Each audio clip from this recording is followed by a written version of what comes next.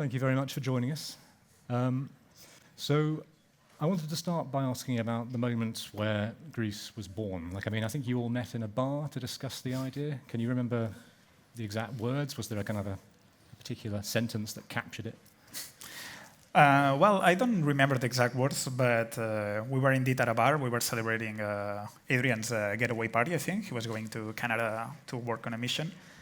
And Conrad also was in another party separately. And we just started talking there. It was pretty much drunk people talking at the time, which was going nowhere. But yeah, that's when Conrad told us that he had the idea of working on a game. Sí. And yeah. Bueno, perdonad, yo hablaré en español porque mi inglés es muy malo. Speak Spanish because my English is appalling, so apologies. No, básicamente yo tenía una idea, ¿no? de realizar GRIS. My idea was to do GRIS. Y encontrarme a Adrian fue la clave, ¿no? Porque ellos tenía una idea muy básica que Adrian and Roset was great because I had a very basic idea of starting something in black and white, and then with the evolution, colors would appear. So at that bar, at that party, I told them my idea, and they jumped in, and that was that. Bueno, el proyecto evolucionó mucho. And the project evolved tremendously. Well, of course. Sí, al principio era un at the beginning it was just a phone runner, infinite runner. But then when we saw the art, it changed, and we wanted to have a bigger screen, and in the end, it just got more and more complex. It was 2 years. Ya está. That's it. We've heard a lot at this conference about ideas that start complex, too complex, and are then narrowed down in development, made simple. Was that the case with this? Did you kind of go big and then small, or was it? I think it always happens, no? When you make a project, you start always with the basics, and you have to find the foundations of your project and what is the strength. And for that, you don't usually need a big team because you don't need like 50 or 60 people thinking about the same thing. But once you start the project, you eventually have to grow, especially for the art in our case. We needed a lot of manpower for the art because all the animations is frame-by-frame animation. So you have to draw everything, you have to do the cleanup, you have to do the animation, the in-between animation. So it's quite a lot of work in that regard. And usually at the end of the project, you also start going down again because you mainly need programmers or testers and a few things, but yeah. Yeah, but in terms of scope, we actually never went over. We were cutting very quickly when something was a bit too, a lot of work or too risky. We cut it very quick. No, we managed pretty well the scope-wise. Yeah, yesterday, I was in a talk with a few guys from the industry in Spain, and we talk exactly about that when you are a small team particularly, it's very, very important to know when to cut. It's like even more important than having some amazing ideas. Sometimes you need to know to focus and cut, otherwise the project just explodes and it becomes uncontrollable. No? So yeah, it's very, very important.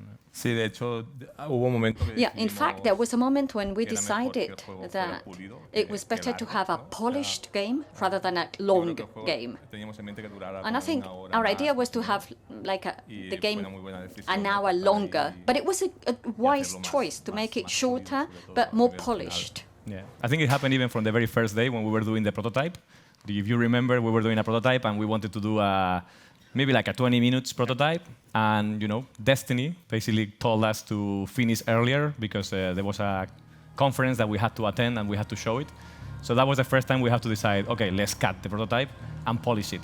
And that was the first good decision, and we followed that for the whole project.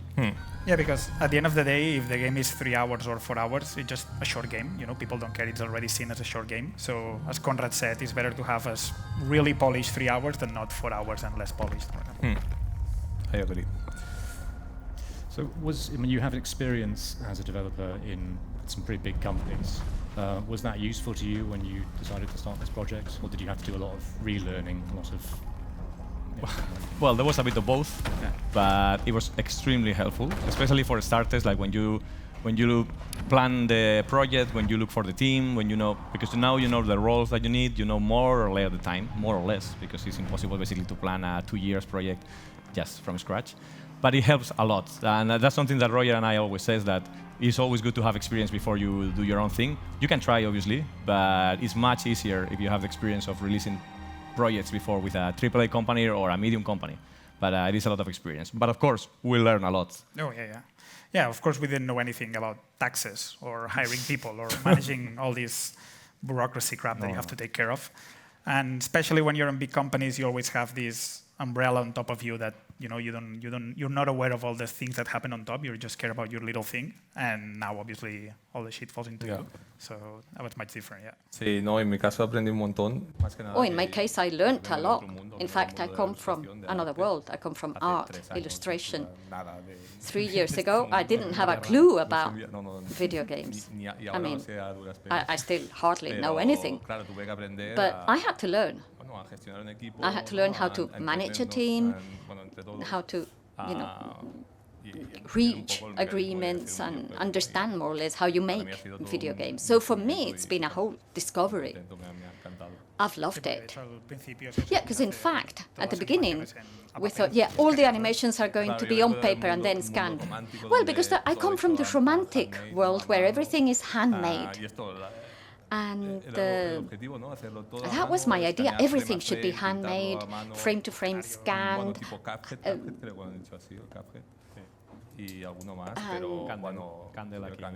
Yeah, all the gadgets, everything had to be handmade. But I mean, it's crazy, absolutely crazy.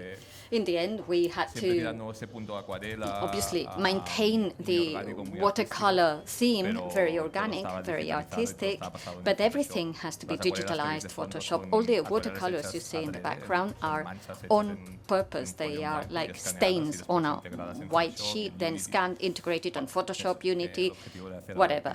The idea was to do something arty, but yeah, it had to be realistic. Roger and I, that we came from the industry, we also had to learn a lot how they work, artists mainly. So for the first few months, we work a lot on the tools, so they could apply basically whatever they do in a digital tool to have it online, real time for the game. So the first few days was about shaders to make it look like a watercolor, or how to make the blend operation so you can blend layers like they do in a Photoshop or something similar. So we work a lot on that. Basically, we took my illustrations and we broke down the layers one by one. I don't know, to give you an example, for those of you who are illustrators, if you do a bit of Photoshop, I do color filters, layers, with very specific properties. Yeah, mesh, skin.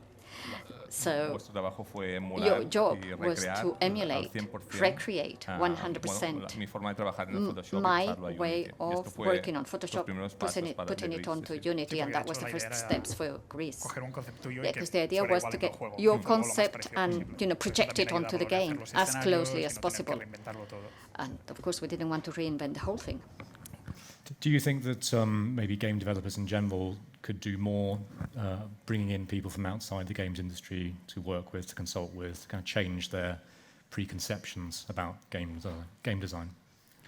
I guess it depends a lot on the kind of game you're working. I mean, for us, it was really valuable to have all these artists, influence, people who never worked on games before, or who didn't have these preconceptions and they didn't know how to do a game. So they brought us crazy, fresh ideas that sometimes they were great, sometimes they were awful, but at least it was something new.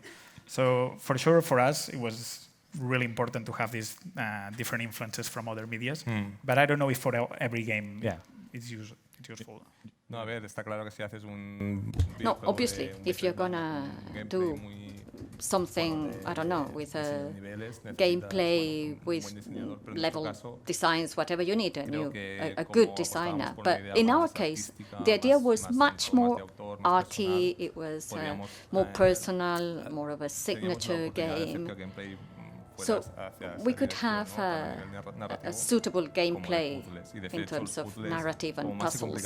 And the harder the puzzles, we always thought that the game was going to be for pretty much everybody, even people that never played video games before. So we didn't need that much the rules that normal players have, because we wanted everybody to play. So what we had to do is try the game as much as possible with people that don't usually play video games. So we did that, and as if in our team we were almost 80% of people that never work in video games or don't play that much, we could test it with them, and then we tried with our families and friends, so they could try if everything was working fine. And as they said, if it was too hard, we were putting all this like an optional challenge, not in the main path. So I think that works well for us. But as Roger said, maybe it's not for all the projects. Maybe you need to balance better your design or whatever. It should be someone that knows how to do it. But otherwise, yeah, it's very refreshing. Was there, the experience of sharing the game with people who don't play games, were there any reactions that really surprised you, like they just had a completely different interpretation of something? Well, I think, first of all, there is a moment that you lose more or less the perspective, even among your friends, because you never know, they are your friends and your family. So even that they could be critics, sometimes they are soft. They might not tell you exactly, or you might don't believe like, oh, maybe it's not liking it that much, but it's not telling me. But I don't remember any big surprise. Do you remember any big surprise during the process? It's more sometimes when you have been playing games for a long time, you take things for granted. Like, of course, this is the way. How can you not get it? But maybe sometimes who has never played don't get it. It was more stuff like that, I guess, to not understand maybe the layout of the levels or the inherent rules of game design. But that's pretty much it. I don't remember a specific situation. No, me neither. But it is true that we were trying with really people that never played. So sometimes you just assume, well, there is a tree, there is a hole in the middle, try jump. But sometimes it's not obvious. Yeah. Okay. You mentioned, Conrad, you talked about the personal, bringing that into the game, and I think that was something that you had struggled with at the larger companies you'd been at, kind of creating a personal feel within your games. But had you tried to do that much? Had you kind of fought against the AAA machine and tried to kind of have these kind of quite intimate personal games that you use often? Es que estoy un poco perdido, perdona. Bueno, que como... Perdonad, paréntesis, un momento. Que portava mal... Sí, és un joc personal. Sí, és personal, però bueno, per diferenciar-te. Sí, hòstia, perdonad, és mi punto débil. Apologies, I was somewhere else. Yo creo que de alguna forma teníamos que destacar. ¿No? Yeah, well, I think that no podemos competir contra. In this particular case, we obviously had to stand out. We couldn't compete with big companies with 500 employees, with wonderful 3D games. And the way we could stand out our edge was the artistic element, being unusual, being different. So that was what we held on to. The idea of focusing on all the arty side of the audiovisual elements and having powerful images like what we're seeing. I'd love to do a 3D game with thousands of PCs, dark show, whatever. But a 10-people team, or 3 members as we were back then, we couldn't do that. So we decided to do something personal, an author's game. And I think when we started, we knew what were our strengths. So we knew that we have Conrad, we have an amazing art. Then we met Berlinists, we have amazing music. So we knew these 2 tools were going to be our best output there. So when we planned the project, we decided not to do any dialogue, any text, so we can avoid localization. But also because for us, we wanted to transmit all the feelings with music and art. And we thought we could do it. So it was the best for the project, and I think it was the best also for the company. Y también otra cosa, me voy un poco para ramas, and also something that might be unrelated, but something that gave us an edge was that usually, I don't know, this is a speculation because this is my only video game, but I think that usually with video games you start with the pillar of gameplay, I suppose, more than narrative, no? Well, that wasn't the case for us. We started with a beautiful picture, a look, aesthetics, atmosphere, art. And based on that concept, we applied narrative, gameplay, whatever. So it's a different way of working. I mean, this could lead to utter destruction, but it could also lead to something else, something Even different. From the beginning, like when we thought about the game, the very first time, what Conrad told us is, I want to make a video game where the colors are important, where the art is important, and I'm thinking just about unlocking colors and started in black and white. So that was basically the first pitch of the game. So from there to what we had, but that was the basic idea, so it was all focused on the art. Oh, I think they were going to... So yeah, that was the basic idea, and from there we start thinking like, okay, which kind of game we want this to be, and which story we want it to have, Luckily for us, all of us like a lot of video games, and particularly this type of video game, like experience, very artistic.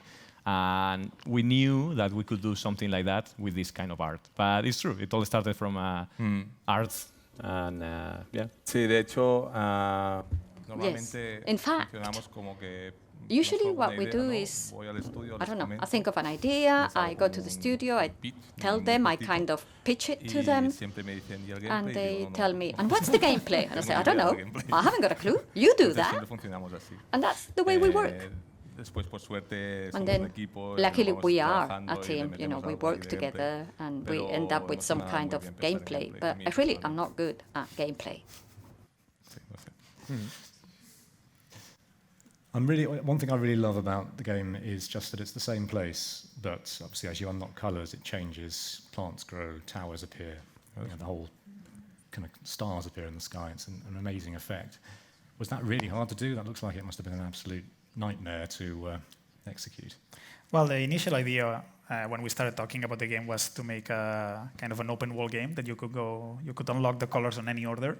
So that was way more complicated in the sense that you had to do all the scenarios 5 times, with each color, all possible combinations. So that's why in the end we narrowed it down to the hub, to the central area. And then it was a matter of just thinking what colors can bring to the wall. So for the green it was the plants, and for the yellow. But the fact that we focused in just the central area made it way more easier, I guess, than just doing the whole wall, which we would have never finished, I guess. Yeah, for a small team like us, we couldn't do it. We couldn't do this open world that you could visit whenever you want, many times, and it has to change all the time. It's a lot of resources. It's a lot of assets. It's a lot of level building. Testing. Too much. Also. And testing, yeah. You have to test basically all the possibilities. It's way too much. So what we came out, it was kind of okay. It was like a linear experience to make you feel that it's the same world because you are revisiting some areas. But at the end of the day, it's like a linear experience. De hecho, a nivel de diseño, siempre In fact, in design terms, always had in mind Dark Souls Windows, a hub, and you could kind of unleash. And Dark Souls is very metro y baño. And usually you that open with superpowers or something. We wanted to unleash, to open up the areas when you released colors. That was the basic idea to start with. But obviously it was very difficult to do that open world. The abilities, I'm really interested to know how they were conceived. I don't know whether because some of them seem like they have symbolic value. Like, I can see weighing yourself down as a block when the wind is blowing. That feels like the character discovering her kind of emotional center, so that she can't be just pushed back. But did they start that way? Were you thinking, I want this emotion, or was it more, I want to do this that I saw in a different game, or I want to do this platforming mechanic that people will recognize? I think it's a bit of a mix. So when we start looking for mechanics, we already know the narrative, or at least the basic narrative. So first of all, we just throw a lot of mechanics. Just think about any mechanic that you can think would be fun and you could use. But then always thinking that there is a story behind and there is a narrative. And when we thought about it, we thought about the heavy ability, that we call it heavy, and we thought, that's perfect for that part. Or we thought about the diving ability, and that's perfect for another part. So it's not that we thought precisely diving for that part from up front. It was more like, think of all mechanics you can think. We were playing to all kind of games. I remember I was playing, how's it called? Mickey Mouse. Oh, yeah. Yeah, the old Mickey Mouse, just to find mechanics. So we replay a lot of old games just to get some ideas. And some of them were there, and we had other mechanics that finally we thought it didn't make it to the game for several reasons. Some of them were technical, some of them it didn't fit with the story. But at the end, it was kind of a mix. Have a lot of ideas, and then try to think which one makes more sense. Okay. Can you talk more about your influences? Because you mentioned Dark Souls, you just mentioned Mickey Mouse. And then so there's a lot of so that's water it. That's between GRIS.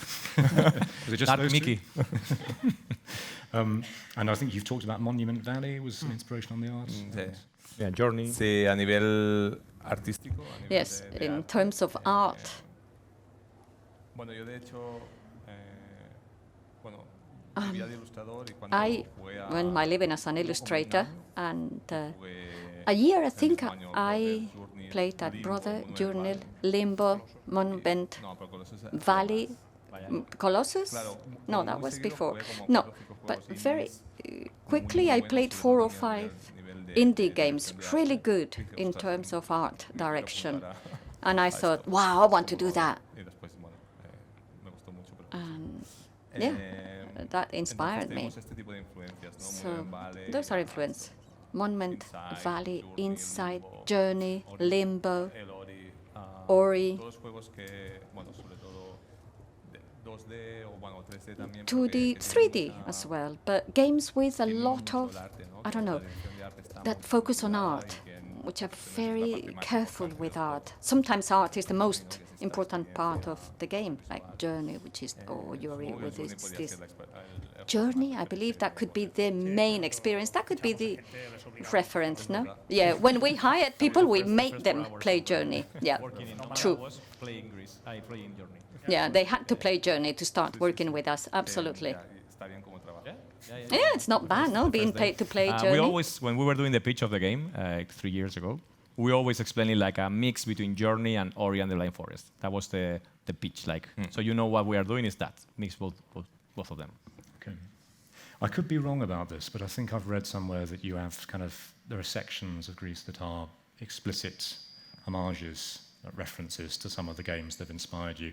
I mean, obviously you want people to discover them, but can you maybe spoil 1 or 2 that you might find interesting? The first slide you do on the desert with the sound on the background, that's obviously Journey. Pretty obvious, yeah. There's no secret there. I think also you had a lot of influence from Shadow of the Colossus for the architecture. Sí, tower, no? Yeah.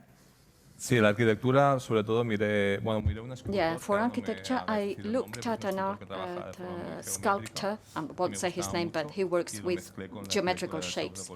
I combined that with Shadow of the Colossus, simplifying it, because our game is much more minimalist. But yeah, with Shadow of the Colossus, what I like is that it's a kind of world. You also find it in Dark Souls. It's kind of lifeless, desolate. GRIS had to be a personal journey in a world that had to be quite lifeless to start with. That was the kind of look. And I like Shadow, Last Guardians, that kind of architecture, that kind of world. I mean, we've got so many references. Design, we thought a lot about Dark Souls, as you say before, because you like a lot the idea of navigating a world and suddenly realize that, whoa, I'm where I was an hour ago. So the idea of the hub and the idea, especially on the last level, is a lot like that. Sí, el shortcuts es como... Yeah, it's all the time like, oh, I've been playing an hour and then I'm back where I was. So we like a lot that kind of idea. And our level designer, that was an architect before, and he's around here, I don't know where, he did an amazing job. Yeah. He's really, really good. He was an architect, so he knows how to do these things. Ya ves. Explains a lot. I mean, it feels almost like a building game as much as it is a platform, because you're raising a tower. It's like the Tower of Babel or something like that. I'm also, another thing I love lots of things about the game, obviously, but another thing I love is just the way the world sounds. There's such intricate and precise sound effects when you walk on different surfaces. Yeah. It's kind of mesmerizing. Can you talk about how those were? Diría que también está por aquí, ¿no, Rubén? Yeah, the sound is horrible. Perdón, Rubén. ¿No? Rubén is there. No, probably Roger can talk more about the sound. Yeah, we did a lot of iteration on the sound design. As they said, Rubén is around here. He helped us since the beginning of the demo. He was with us, and we knew it was a very important part of the game because, well, obviously you hear it all the time. But we didn't want to, be a bit, how can I say, to overcome the rest, to be very relevant. It had to be subtle, it had to be there, but just subtle enough so it didn't bother you. And yeah, worked a lot with different surfaces. I don't know, it was a lot of back and forth with Ruben. And technically, it was a lot of effort at the beginning, I remember, for the materials, and so it doesn't sound repetitive, so it doesn't get tired. Also, it does when you zoom in and zoom out with the volumes. So it was a lot of effort with that. And at the same time, luckily for us, Ruben and Berlinist, they worked together also pretty much from the beginning, and Berlinist did all the soundtrack. So they talked to each other a lot, they worked together very well, so the whole thing worked. Yeah, because we were all neighbors, so it was very easy to... all in Gracia. Yeah, just go check Berlinist, work with them, have a chat, and then talk to Ruben and see the progress. I was going to ask about the music next, because that's also amazing, and also that's kind of part of the world itself. Like, I mean, it's one of those games where you can tell where you are just by listening, and you can almost avoid some. Obviously, there's the sequence with the wind coming where the soundtrack changes as the wind blows in. So there's a wonderful sense of kind of organic consistency that must have been really hard to pull off. Yeah, that scene actually is one of the examples that we always explain, because when we were thinking about the design of that map, of the area of the sandstorm, we thought about just having some music that was, according with the storm itself. But it was so powerful that when they did the music, we liked it so much that we decided to give it even more importance to the sound and to the music. And even the whole scene became more important. At the beginning, it was just some phase that you were going and get into the cave, you remember? Sí, and then we decided to put all this story and behind it. You can sí, de hecho, la escena que hemos visto antes, ¿no? que cambiamos todo el escenario para adaptarse un poco al sonido y a la música. Sí, sí. So now it contains even more symbolism. It has all these sculptures that tells a lot about what's happening there. So. Yeah, as Adrian said, Berlinese were with us since day zero, like since the beginning of the project, even before we started the demo or anything, they were with us, because we knew it was a very important part, the music and the art, and they did a lot of songs, crazy amount of songs. Sometimes you hear them, it's like, yeah, that sounds really good. No, I'm just going to throw it and do another one. And do another one. Yeah. Probably we have like 2 hours of music, and we end up having 45 minutes. But yeah, but also, for example, another scene that we always talk is the discovering a color. This one. Yeah, that's it. Discovering a color for us. We did this in the prototype the first year, and I remember that I thought it wasn't going to work. I was like super like, I don't know how we're going to do this. You have a clear idea about the watercolors. I didn't see it that well, and then the music. But then we put them all together, and it worked really well with the music. I was surprised, like, wow, this is actually very powerful. And it's great because it's a scene that you're going to see like 5 times in the game. So it had to work. And luckily for us, like the art and the music worked perfectly well. Yeah, it's a bit like the ending also, which we didn't know if it was going to work, and I think Marco said, I'm going to make people cry. Yeah. Good luck with that. And he did. I still cry. Yeah. It sounds like you had a... Whoops.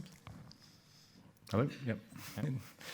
It sounds like I mean, the art and the colours came first, but beyond that, you were really working with each other quite sort of in quite a circular way. You were kind of like people were creating music that would influence levels, that would change other parts of it. It wasn't like something came first and everything had to fit.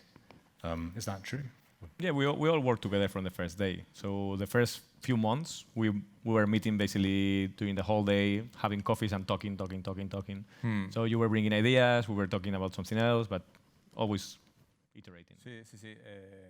De hecho, el primer año, ¿no? Yeah, in fact, the first year, it was just the 3 of us. It was like constant brainstorming. And now that we are sort of gathering material for shows and stuff on GRIS, I'm kind of revising my notebooks, and we have huge amounts of material of all the ideas we discussed that first year. And for me, that was the wonderful moment in any project, the design, the creation rather than the execution. I have lots of little moleskin pads with ideas for gameplay, story, narrative moments. It was great. Yeah. This is always a tricky question, but can you share any of those kind of potential ideas, cancelled ideas? So, I mean, are there any that you might go back to that aren't in GRIS? I don't know if we are going to take back any of alguna those. cosa. No, if we're going to, si vamos a coger alguna idea de esas que hicimos para hacer otra cosa ahora. But I mean, before GRIS, there were other ideas, but they are not related to GRIS probably, that we might get back. But I don't think there is any idea from GRIS that we were going to get back. No, there were a lot of ideas that we didn't do. Yeah, but we only chose the good ones, so the rest. Or what we thought, yeah. Right. Pero sí que se nos ocurrían juegos mientras estamos en el proceso, sí. Yeah, there were other games that we thought, but and we might get some of those. But not for the ideas, no? Not that I remember. No. Very elusive. I wondered, after GRIS launched, were there any kind of player responses that particularly surprised you? Were there any reactions you weren't expecting when you saw the Steam reviews, when you saw comments in general? Well, I think the first was the reviews. That would really surprise us, because it's not that we thought it was a bad game, but you're on this cave, you don't know anything about the outside wall, and you don't know if people are going to like or not. And I remember we were having lunch when the embargo of the reviews was lifted, and it was like unbelievable. It was like, Destructoid 10. I was like, what, 10? Yeah, holy shit. And then just F5, F5, checking all the reviews. And must be wrong. Sí, porque claro, tenéis, exactly. Are you sure? tenéis que pensar que, bueno, ya has dicho, ¿no? Yeah, you have to think that we were in a cave, yeah. We spent 2-3 years there without looking up, just focused on the project, with very little feedback from the outside world. So yeah, I mean, we thought it was beautiful, but we didn't have a clue. So when it was launched, we were really edgy, and it was a wonderful reaction, you know, reviews, in general. What surprised me from the reactions was going into tweet the first few weeks, looking at tweet, I don't know, watching people doing streamings, YouTubers, whatever, and just seeing people feeling moved, particularly with the end or the game in general. You know, watching people cry, saying that the game had really touched them, that it could even be therapeutic for them. We'd never even dreamed of something like that. You know, emotionally so powerful. We had no idea. For me, that was the most surprising and perhaps the most rewarding thing from the project. They were very intense 3 years. The last stretch was really powerful. We were exhausted. So, I don't know, conferences like this, the general reviews, the audiences, people saying that they loved your game, wow, it is rewarding. It was a lot of work, but it's rewarding. Yeah, the first 2 or 3 nights I went to sleep at 5 a.m. just watching tweets. Yeah, I didn't sleep. Yeah, I know so much about Twitch now. For me, it was pretty much the same. I never entered in Twitch before, and not even for the first 5 days. I think I've been 3-4 months watching. Every time there was some new YouTuber or someone playing, it's like I want to watch it. And I was always looking for a couple of moments that I like a lot. Yeah. The eel, I like it a lot. Oh, yeah. When they get scared. When they jump, I like it a lot. And also with the end. But the end, I can watch it like 100 times, and I'm still crying. I mean, I like it a lot. I think it's super powerful. I think the music and Tendríamos que hacer una recopilación de gente llorando, ¿no? Yeah. un vídeo. Estaría bien. Yeah, I feel bad when I'm at home and like watching crying, like, yeah, we made it. Uno más. Yeah. Yeah. Like in jail. No, but I was gonna say that the first time I think we realized that we might have something special. It was when we sent the game to be tested in another country. So it was tested in Poland for QA, but the first time they just play regularly and they give you feedback, not just testing. They give you feedback, what they think of the game. And it was just like 4 people, I think they played. And they sent like a couple of pages document with feedback, each of them. And it was so amazing, the feedback. We were like, wow. A few of them were like blown away, like they would really like it. They were actually saying like, we are so tired of playing other games, like other type of games, like shooting, blah, blah, that we really needed some kind of refreshing thing. So they enjoyed a lot. And we were surprised. We were like, wow, I don't know if that's normal. Maybe they're trying to keep their jobs. But for us, it was very special. Sí. Nos ayudó mucho este feedback porque era justo en esta recta Loved that feedback. It was like on the final stretch when you really need, the last push. You need something to give you strength, and that wonderful feedback from Poland, that really helped. I wonder how, actually, you mentioned Poland and kind of really seeing the reactions from overseas, and it makes me think, like, to what extent do you think this is a Spanish game, a game with a Spanish identity that couldn't be made anywhere else? I mean, were you thinking along those lines when you made it, or were you just not really? I don't think it's particularly Spanish game. I think it's an author's game, and well, basically the authors are from Catalonia, from Spain, but it's not particular that we are trying to make it something like this is basically Spaniard, There's not a flamenco girl or something like that. It's just a story we wanted to tell. It's just your style. And obviously, Conrad has a particular style. But pero sí que las influencias hay mucho. Yes, and we also see a lot of European influences. I would say more European than Spanish. Well, it's the same thing, right? But yeah, but we also have a lot of influence from Japanese games, anime games, so it's a very interesting mix. Because I always tell this, he was in a dark phase of aquascaping. He was trying to create an aquarium, and that actually influenced a lot the game, more than you think. No, bueno, tiene explicación.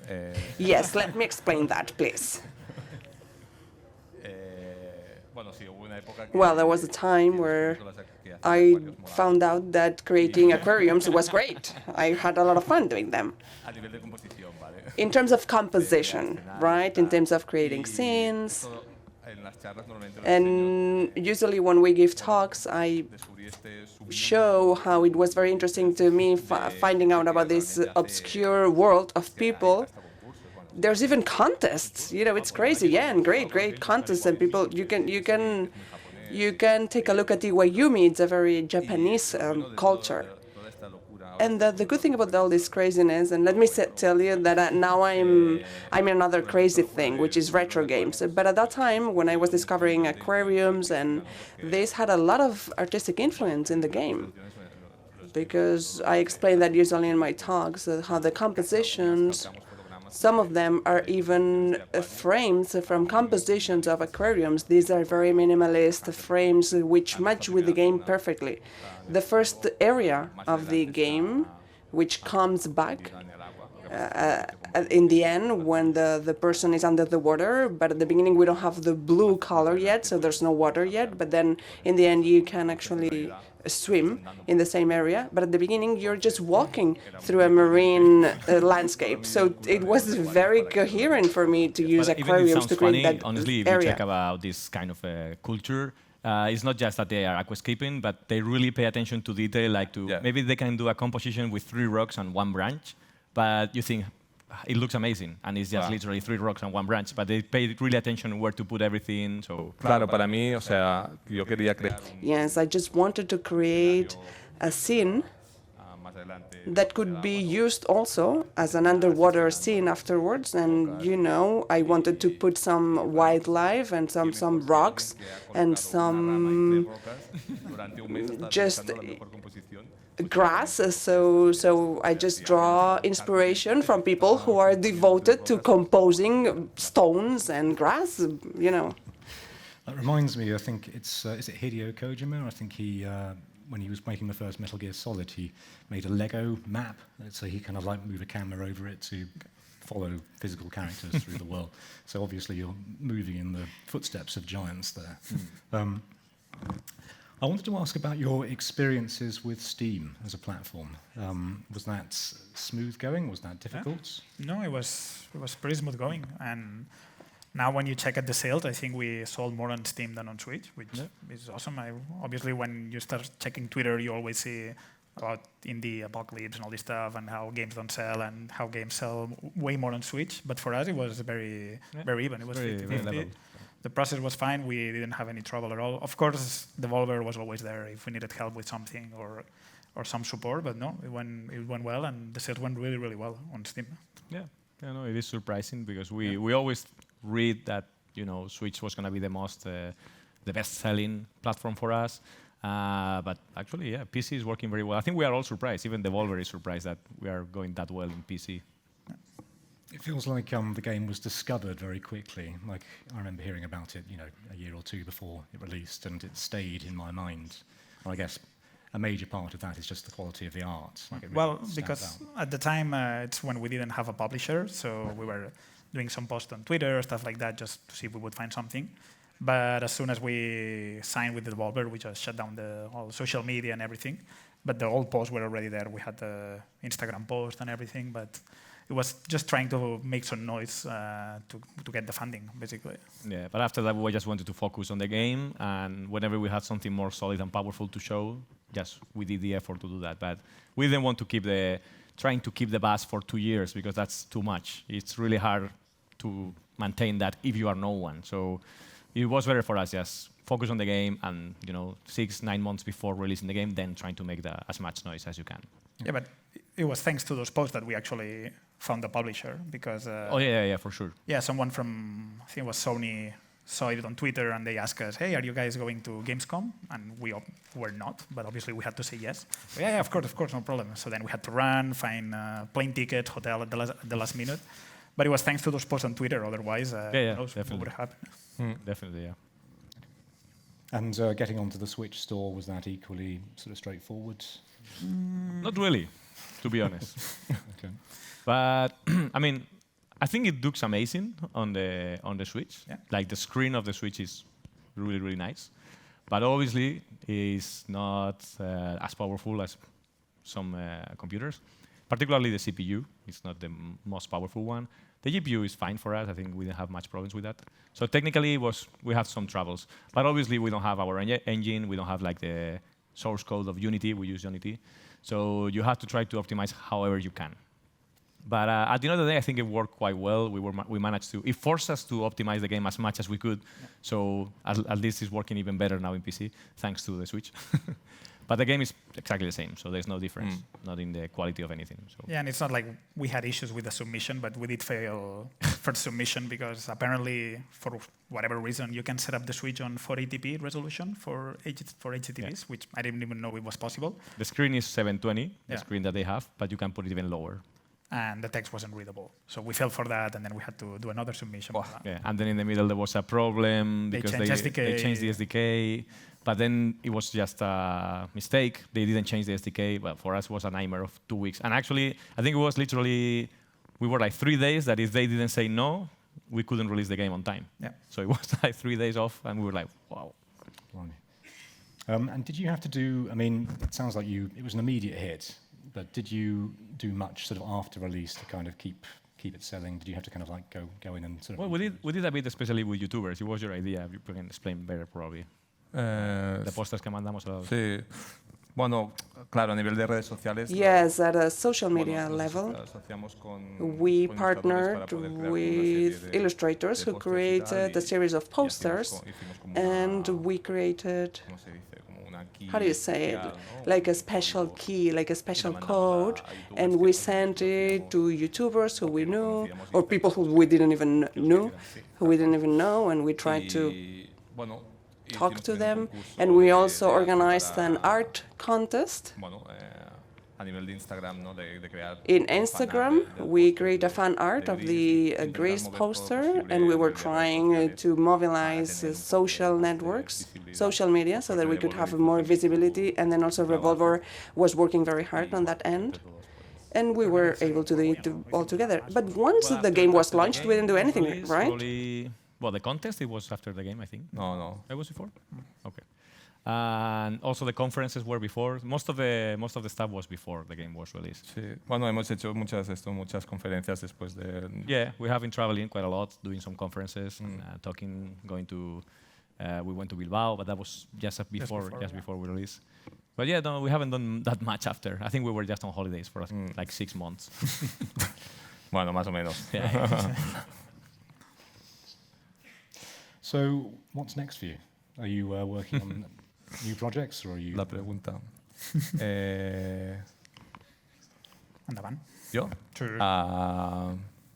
Well, to be honest, if GRIS hadn't been such a success at a sales level, well, the answer would have been very, very simple. We can't do anything else. But since we met and we created Nomada with a single goal, which was to create a video game. GRIS was our idea, was our main goal, first GRIS and then Nomada. And we are actually going backwards, as you see. Well, we didn't even have money to do anything else, only GRIS. But we didn't create the company with the idea of making video games. No, we just wanted to have one single project, and this is how we created the company, because we needed to get the paperwork sorted out. And since it was a success, and we're happy with it, and we are very motivated to keep moving forward, and we are very excited about creating new projects. We have been taking a few days off. We have been also working very hard on the physical edition, the album, a lot of things related to merchandising. And we have also been taking some time off and traveling around. So now we want to go back to work and think about new creative projects. Some of them, we still don't know what direction they're going to take, but we're doing a lot of brainstorming. We're going back to what we were doing 3 years ago when we started with GRIS. So we are at this point. What ideas can we explore? And yeah, let the ball get rolling. But it's going to be something new. It's not going to be GRIS 2. No, GRIS is done. It's over. You know, GRIS is dead. No, but it is true that we always thought GRIS to be like a single thing. You know, it's experience, and the story that it has, it doesn't make any sense to have something after that, because for us it's closed. Yeah. But we have ideas. Well, Conrad has more or less like 1 million ideas. So we will have to pick one of them. And eventually, right now, we are starting to focus in some things. But we have been working a lot on GRIS even after the game was released. You don't realize that there is still a lot of things to do. Just to follow up, just to think about support, updates, patches, and stuff like that. Then you have to think about the physical release that was announced 2 days ago, and the art book, as you say, and teasers, whatever. We can do whatever you want, so you can try to do it as best as you can, and that's what we try. Do you have a kind of a core artistic identity that will run through all of your games, you think? Particular effects, particular emotions you want to rely on? Conrad. Seguiremos en la misma dirección artística. Bueno, tenemos como una cosa the same artistic direction. The question is if you have a specific style in mind for next projects. Well, this is the most important question that I ask myself every day on how to keep moving forward. And we have mainly 2 different options. The first option, which would be to stay with the same graphic style with watercolor, lines, shades, specific tones of colors, and create a new story with new characters, with a different gameplay in another gender, different length. Who cares, but with the same graphic style. Or we could also change our graphic style, but always giving a lot of importance to the aesthetic part, to the graphics, but we want to have a brand, a company that will always prioritize a very powerful visual aspect, but we could not be defined by this style. GRIS is mainly made with watercolor, specific effects, a specific style of watercolor, but I think that I would like to explore the route of varying within different styles and always giving a lot of importance to the artistic side of the project, but without, how to explain that, without having constraints on our style, without being always linked to that style. It's really hard for a game from Nomada not to be artistic-centric in a way, because basically everything starts usually in a concept art. So it's always going to be one of the most important things in our games, I think. Unless one day we have a great idea on gameplay and then we say this is better than any concept, but no, that's not how it works, so I don't think it will ever happen. Well, thank you very much for talking. I think I'd like to throw the floor open to questions now. 2 people here? Oh, 3, 4.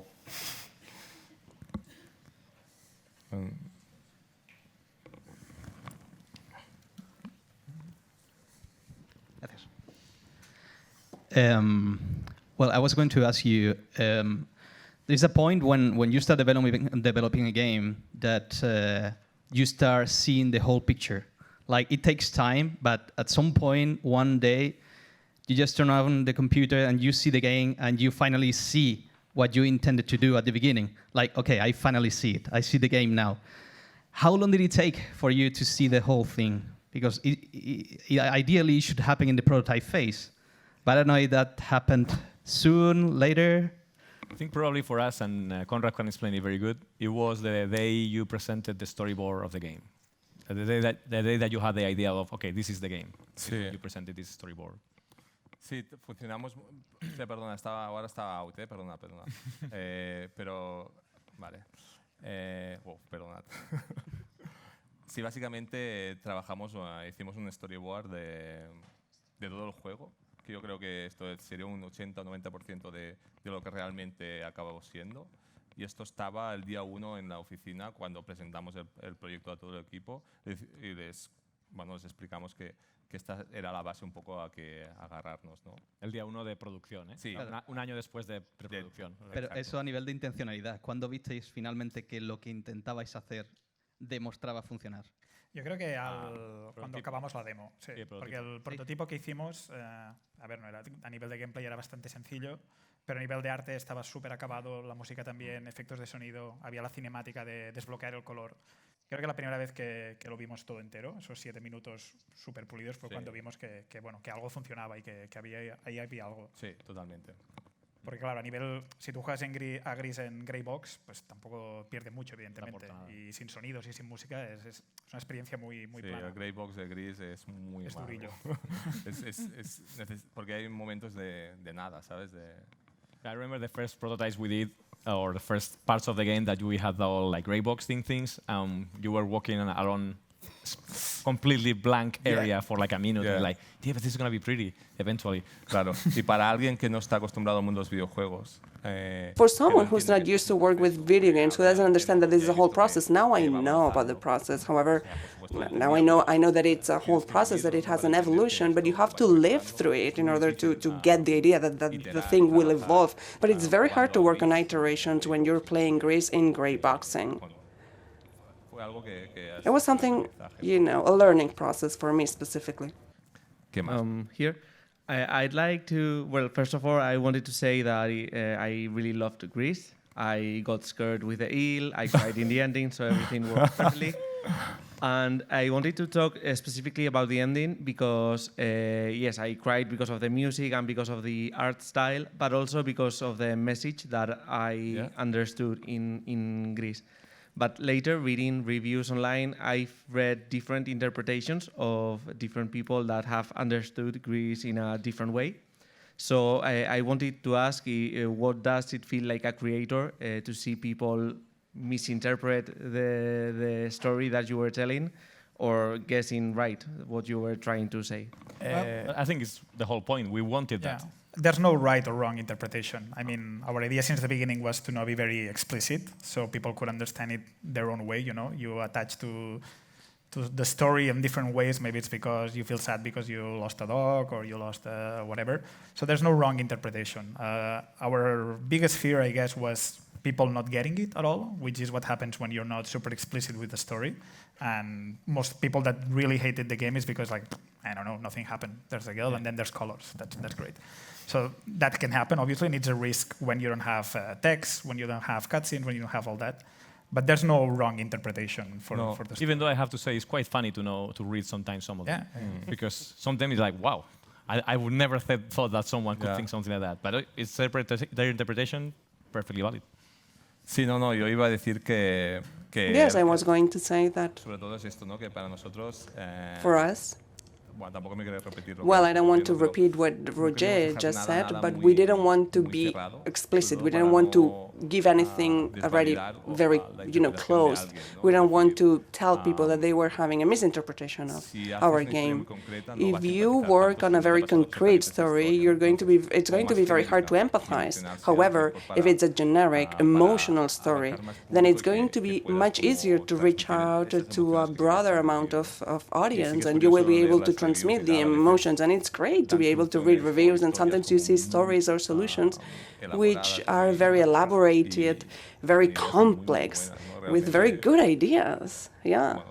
Well, sometimes, it would have helped us to read all of that when we were developing the game and travel to the future. Our own story. So when we created the game, we had an idea in our mind, what happened, who is this girl, what happened to her, and we tried to put a few hints all over the game, especially if you complete the 100% of the game. But this is our idea, but it's just one of them.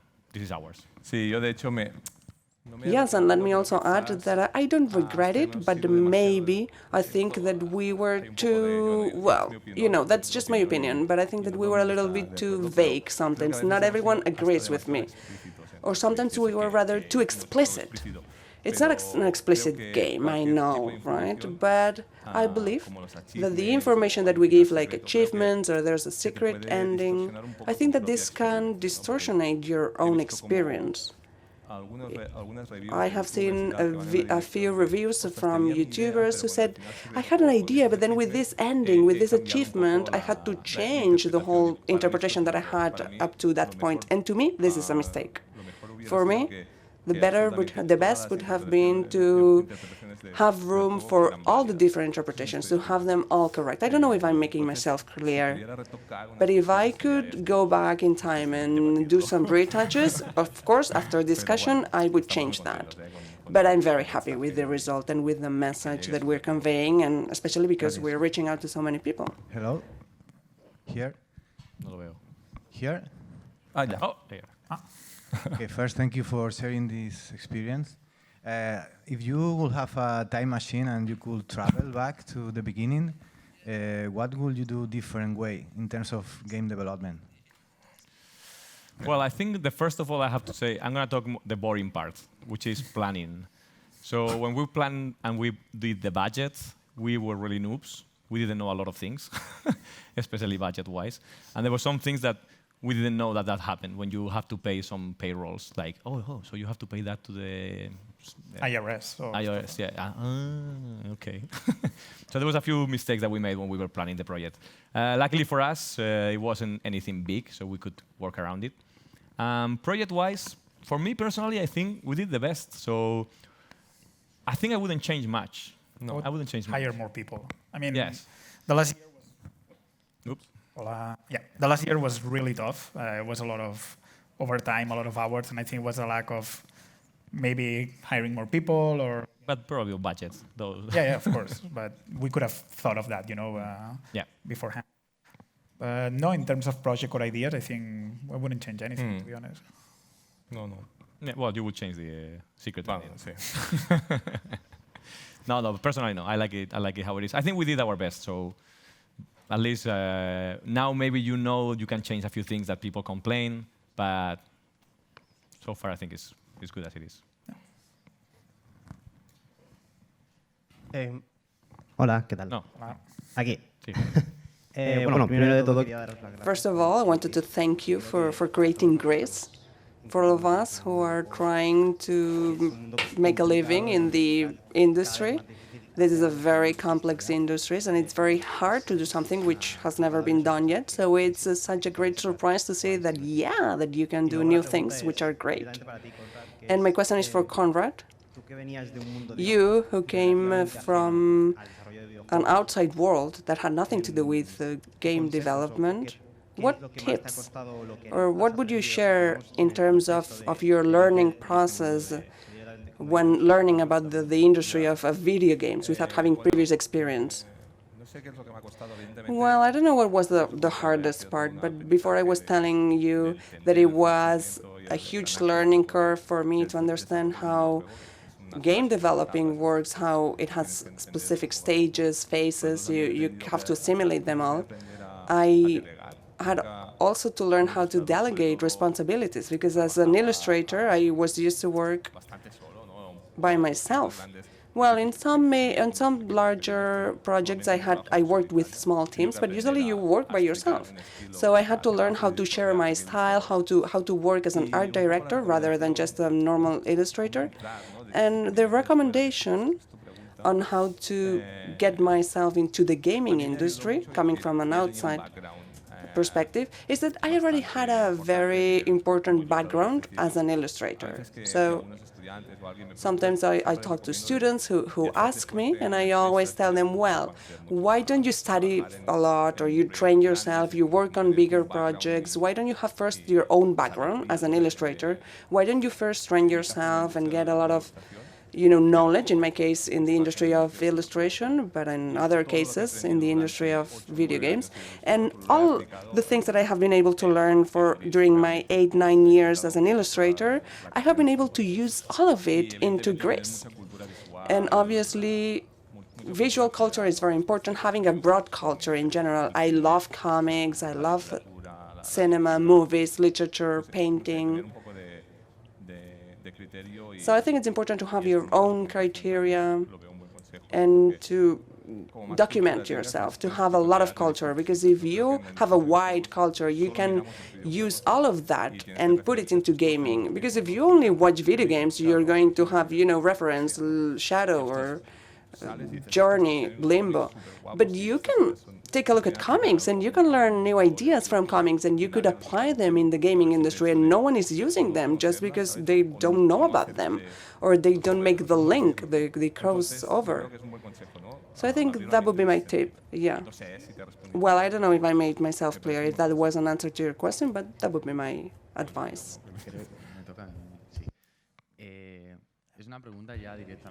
This is a question for Nomada Studio. Nomada Studio will remain with 2D. Where are you? Here, I'm here. So are you going to remain working with 2D? This question is for Conrad, as he said. And he's the artist of the team, and it's been great to. So my question is, are you going to explore 3D? No. Well, they are going to kick me out, right, if they want to explore 3D? Yes, we've been trying to kick you out. Well, you know what? In every meeting, they always keep talking about 3D, and I'm like, oh, stop.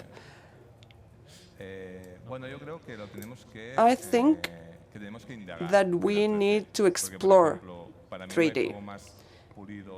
To me, the most polished game ever is Inside, and Inside is a 3D game. So, but my question is, can we do something like that? I know that with 2D, we can go very far away from a technical perspective. However, with 3D, I don't know if we'll be able to reach the full potential, but we're open to the idea.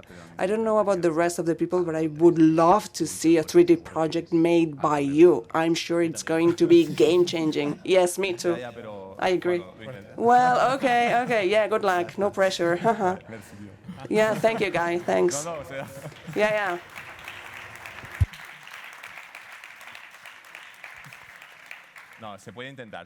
Yeah, there's always it's always a possibility. We can try it out. I have a question. I'm here. And I'm sure that someone will kick me with a brick or with a laptop after I make this comment. But let me tell you that I'm the first one who advocates for artists, for developers, and they are the ones who have to lead us on how to make video games. But I don't fully agree about the fact that you shipped or you sent the game to people who had never played games and you make them play your game. Well, if you take a look at reviews from Steam and so on, those who don't like the game say always the same thing. They say, well, you know what, I was deceived by the mechanics of the game, or it's too easy, or... So my question is, did you ever give the game to try out to people who like video games, people who are experts on video games, and you didn't receive reviews on that? I don't think that that's a failure. You know what? I'm not done. Wait a second. Did you ever think about providing different levels, for instance, different puzzle levels? Easy, more difficult. Journey, for instance, is a reference for you guys. And let me tell you that Journey in the video games, well, now maybe it's more difficult, but at the beginning, one of the most impactful things, and this is going to be a spoiler, I remind you, was that at the end, people found out that it was an online experience. For instance, my partner, she hates video games. And by the way, she was a student of his. And I said, no, go and play it. And she didn't know that she was playing online. So I think that for those who play it, it's beautiful, you know, but we have a lot of games that can be beautiful, but in addition, they also have a background, you know, something special. You know, you could go beyond what you've done. You know, you've made like a film that you can play with it, but like in other games that have been criticized because they look like a film, I don't know if it's more you're providing more experience rather than a video game. We don't think that's a problem. You know, we had it very clear. We had it very clear from the beginning. We wanted to have the art by Conrad and the music. We wanted to have it as a priority, and we wanted to reach out to all types of audiences, even people who had never played video games. I understand that your question was if we are wondering about adding more gameplay or new innovative mechanics so that we can have a complete project, right? We apologize because we can't hear the question. Every time that we thought about adding something extra, you know, we had a storytelling and a narrative that was flowing already. And puzzles were pausing testers. So we saw that they were not working. That's why we decided to just leave the puzzles for the other section. I understand your point, yes, but I'm going to tell you that we don't regret what we did, and I understand your criticism. Like, yeah, but this is the type of game that we wanted to create. We wanted to focus on the experience. We didn't want to focus on gameplay. We understand that a lot of hardcore gamers are unimpressed by our game. Yes, we understand that. But you know what? They can buy Super Meat Ball, you know? There's a ton of games out there. And that's the good thing about it. You can choose whatever you like. You can choose different styles, different experiences. But it's true that there were a lot of people, you know, we are gamers. I play Sekiro right now, so it's beautiful, like our game, but it's very different. You know, I'm very happy to play with, you know, monkeys and things like that. And well, it doesn't matter. But the thing is that, yeah, we are gamers, and we have a lot of gamers friends, and they tried it out, and they understand the type of game that we wanted to make. You can't make a game that will make everyone happy. If you want to have such a flowing experience that is very much, you know, polished, and you spend 1 hour in a scene, it's going to be ugly. You will be hating the scene, right? So we found our own balance. For some of them it's too little, for some of them it's too much. You know, I know people who spend 9-10 hours trying finishing the game, and some other people just spend 2 hours. Yeah, it's very hard to find the right balance. Thank you very much. We're running out of time, but it was a great story. Thank you very much for sharing with us, Roger, Conrad, and Adrian. And thank you, Edwin, for helping us driving the conversation.